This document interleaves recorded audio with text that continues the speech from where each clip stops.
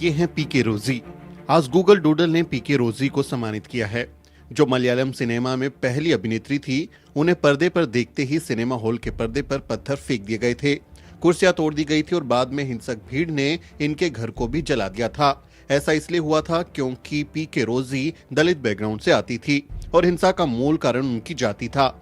सवर्ण जातियों में गुस्सा था कि कैसे एक पिछड़ी जाति की लड़की अभिनेत्री बन सकती है और अभिनेत्री बनकर रुपहले पर्दे पर नायर जाति की महिला का किरदार निभा सकती है।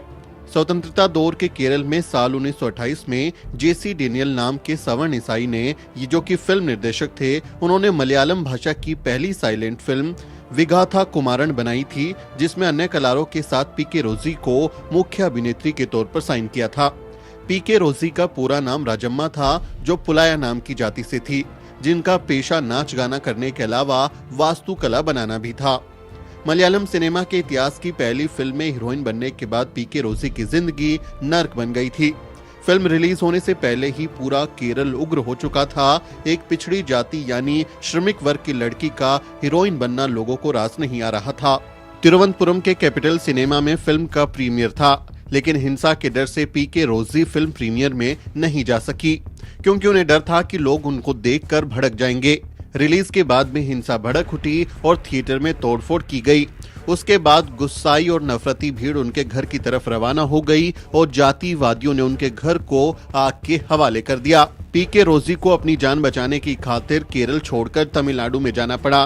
तमिलनाडु में उन्होंने शादी की और वो वहां बस गई। उनके बच्चे बड़े होने तक केवल इतना जानते थे कि उनकी माँ एक थिएटर आर्टिस्ट हैं।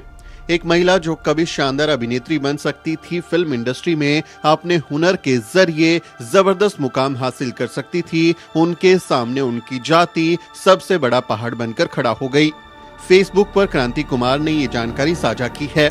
आज आप गूगल पर जाएंगे तो आपको ये डूडल वहां दिखाई देगा, जो कि पीके रोजी के बारे में बनाया गया है। अगर वो दलित जाति से नहीं होती तो पीके रोजी अन्य अभिनेत्रियों की तरह चमकता हुआ सितारा होती, लेकिन हिंदू जातीय व्यवस्था ने उन्हें एक फिल्म के बाद वनवास में भेज दिया। उनको हमेशा के लिए फिल्म इंडस्ट्री से विदा लेना पड़ा। इस बात से आप अंदाजा लगा सकते हैं कि पीके रोजी किन हालातों से गुजरी होंगी। एक शानदार महिला जिसने अपने अभिनय के दम पर ये किरदार हासिल किया और अपनी एक्टिंग के दम पर शानदार काम किया, लेकिन चूंकि वो दलित बैकग्राउंड से आती थी तो जातीय दम के कारण दूसरी जातियों के लोग उन्हें बर्दाश्त नहीं कर पाए।